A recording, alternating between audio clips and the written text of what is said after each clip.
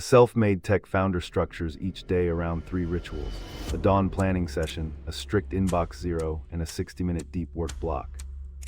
He grew wealth by reinvesting profits into scalable software and choosing markets with network effects while preserving cash for bold bets. His strategy relied on modular products, selective acquisitions, and partnerships that expanded reach without over-leverage. Daily habits centered on lifelong learning, mindful hearing, and rapid experimentation over rigid planning. Viewers can adapt these moves to build a durable wealth engine through consistent small wins.